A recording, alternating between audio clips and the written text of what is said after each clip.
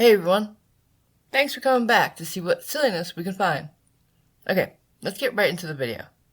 This week, moon stuff. Specifically, people who think it's maybe hollow or even artificial. Yeah, you heard me right.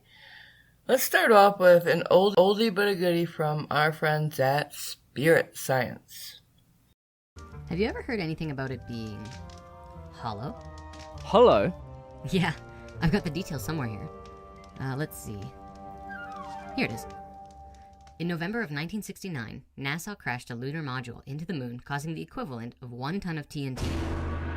NASA said that the moon reverberated like a gong for half an hour. Then they did it again, causing an impact of 11.5 tons of TNT, and it rang like a bell for over 4 hours. It vibrated in a way as if it were hollowed out, with giant hydraulic damper struts inside of it. Wowzy wheezy. No, the moon is not hollow. And yes, it rang like a bell, sort of. See, as we know, space is mostly a vacuum. There are some atoms floating around, but they're very far apart and don't interact with one another. Sound travels through vibration of atoms and molecules in a medium like air or water. Since there's no air in space, there's no sound. So when scientists said it rang like a bell, what they were referring to were the seismic waves they saw that looked like a ringing bell. And it, quote unquote, rang for about an hour. But why did it ring like that, so to speak? That's also pretty easy. It's dry. I mean, really dry. On Earth, we have tons of water and moisture. There's moisture, like, even in the bedrock. So, when we have an earthquake of, say, like, a size 5 in magnitude, which happens to be what they caused on the moon when they launched that lander at it, well, the water acts like a shock absorber. The moon, having no water, has no shock absorbers, and so rings like a bell. There you go. Also, you know the craters on the moon? Intimately. Well, craters should vary in depth due to the size and impact of the various space rocks that hit them, right? We can tell that there was a difference in the meteor sizes that hit the moon by the diameters of each crater. And yet, how come all of them, across the board, are the same depth? Mother of God, an impenetrable shell! They're not, actually. They're all different depths. The deepest, on the South Pole, has a crater inside the crater, which doesn't just prove them wrong, but gives us a view as deep as the upper mantle. Bigger rocks, when they hit, can get vaporized and liquefied. The crater can get backfilled, so to speak, making it look shallower than it is. Okay, one more by these guys and then I promise we move on. Well, they say that the beings who put it there were trying to bring a new frequency to the planet, or maybe even provide us with some sort of resonation or gravitational wave that was vital for our survival. I've read that the Earth isn't even in the right place in the solar system anymore. The story goes that at one point, the Earth used to exist between Mars and Jupiter, and may have even been slightly larger than it is today.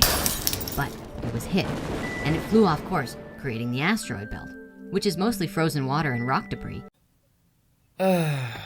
Really? Nibiru? Planet X?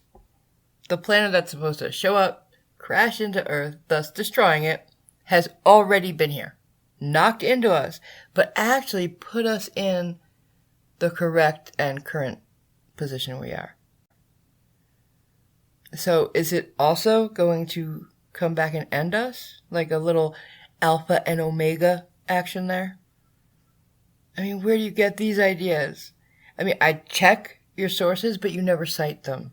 But I digress. Please finish your thought. And wound up in a new orbit, right here. But because of the impact of what happened, this planet was going to die, and it needed some help to keep it spinning and keep its orbit proper. And thus, the moon was put there by some advanced alien race or a higher form of consciousness who saw it as a requirement for the planet's survival. Maybe even our own survival. which would explain why the Earth-to-Moon ratio is found within the human energy field. Wow. Okay, so it's not just the planet of death that's responsible for all of this, but the moon was placed here. Did they think we were lonely? Yeah, there's no moon. No moon. Oh, cringe. No, there's no moon. That isn't a moon. That isn't a moon. Like, that's obviously not a moon.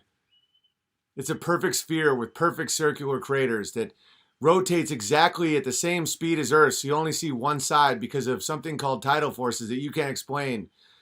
It's not real.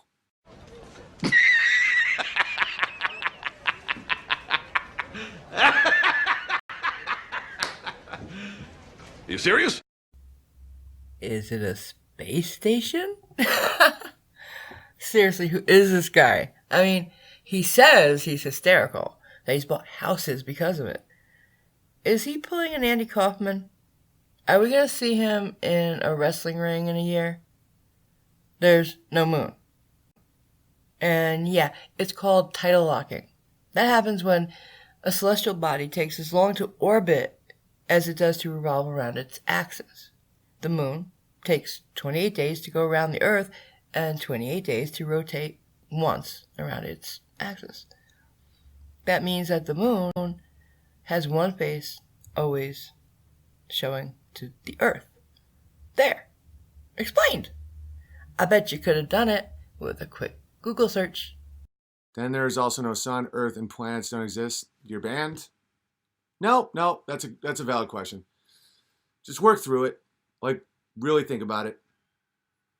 The moon doesn't act at all. Like, if there was really the sun shining off the lunar surface and it's made out of dust like a kitty box, it wouldn't be so bright that it lights up the night and you can read. In the Bible, it's called a lesser light.